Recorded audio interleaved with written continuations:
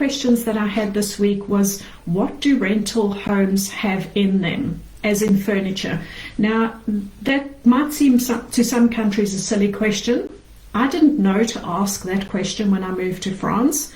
And you'd be surprised to know, or maybe not, that in France, they don't necessarily provide you with kitchen cabinets. So when you move in a rental in France, they take kitchen cabinets with them. I didn't know that. So there's just some things you don't want to learn the hard way.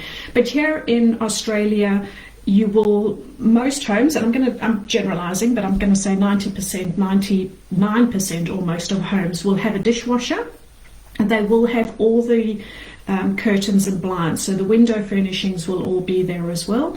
They will have a stove and cooktop, or oven and cooktop. So those will all be, and obviously some homes will have carpets or wooden floors or something, but you're not going to have bare concrete or anything. So those are the basics. Don't bring your dishwasher. Please do not bring your dishwasher. I had another client this week put the dishwasher in the container. They will have dishwashers. Unless you're looking at a really small apartment, low price range, you can pretty much guarantee there'll be a dishwasher in.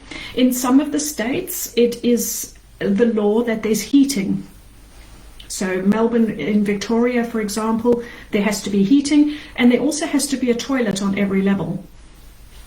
It's important, and those laws are here to protect people who are renting as well.